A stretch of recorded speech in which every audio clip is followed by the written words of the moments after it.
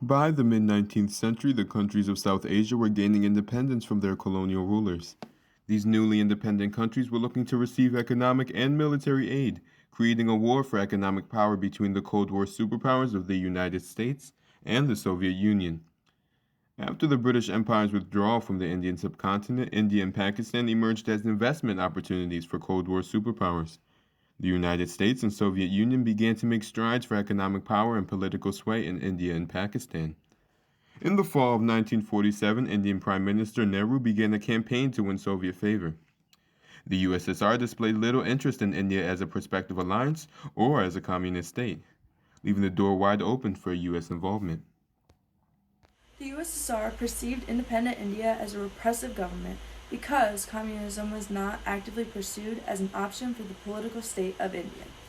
However, the USSR did acknowledge the political independence of India from the British Empire, yet they were still unwilling to pursue any form of diplomatic alliances with India. It was only later when Khrushchev realized that the Soviet avoidance of non communist countries in South Asia would actually harm the USSR in the long run. So he then began to view these third world countries as bases where he knew diplomacy would be important because he knew that if the Soviet Union was going to expand its influences economically rather than just strictly spreading communism, then that was the plan of action he would need to take. The Indian Prime Minister had a brash nature which made diplomacy rather difficult. Nehru was intent on a non-alignment policy with the Cold War superpowers such as the Soviet Union and the United States. He knew that foreign aid would be crucial if he wanted his fledgling nation to survive and prosper on a global frontier. Closing any doors by publicly aligning with one side would be detrimental as the end goal was funding. India already seemed to have its sights set on democracy as its political alignment, but Khrushchev's softened policies kept Indo-Soviet relationships intact. For the U.S., securing investments in South Asia served as a means to curb the influence of communism. America particularly feared the emergence of rogue powers that could threaten both U.S. security and U.S. conceptions of liberalism. Unlike India, Pakistan held more of a passive role in US-Soviet competition. Nevertheless, as America had cemented its ties to Pakistan through the Mutual Defense Assistance Agreement of 1954, Pakistan stood out as the US's closest South Asian ally. In truth, Pax in Pakistan facilitated America's involvement in South Asia, and we may consider Pakistan a sort of gateway for American foreign intervention. Trading with Pakistan ultimately led into a looming arms race on the Asian frontier. During the mid to late 50s and early 60s, the US and USSR engaged in a race defined by military and economic aid programs.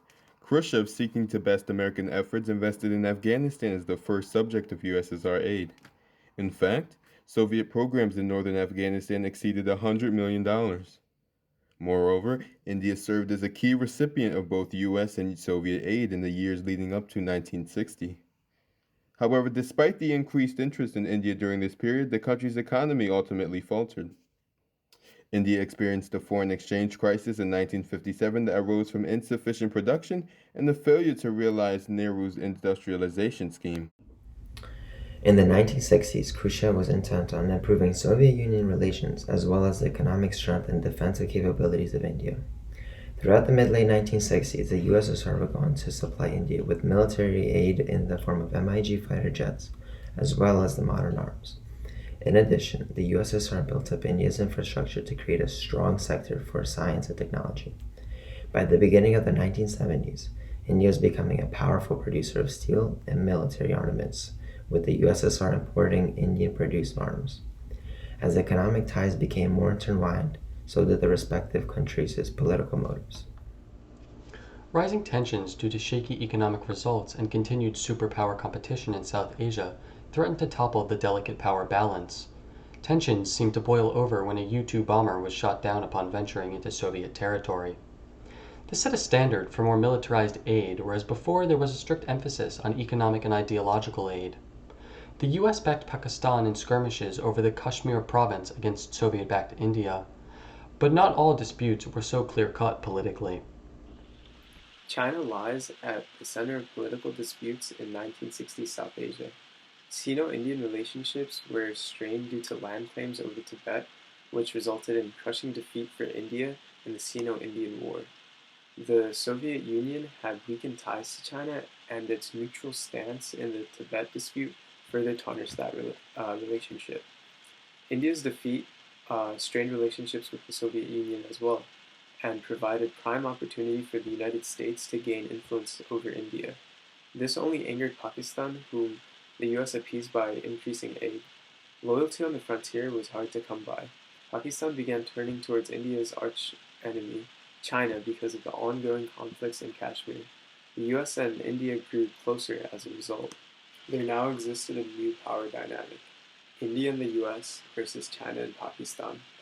Seeing little progress in the Kashmiri skirmishes, India developed a nuclear program which culminated in a friendly detonation. As expected by now, this spurred nuclear programs in Pakistan and other Asian countries. What started as a horse race between Santa Claus and Grandfather Frost to showcase their muscle only complicated pre-existing conflicts and created a new set of players on the nuclear frontier. Ultimately, South Asia was not a sideshow to the main drama.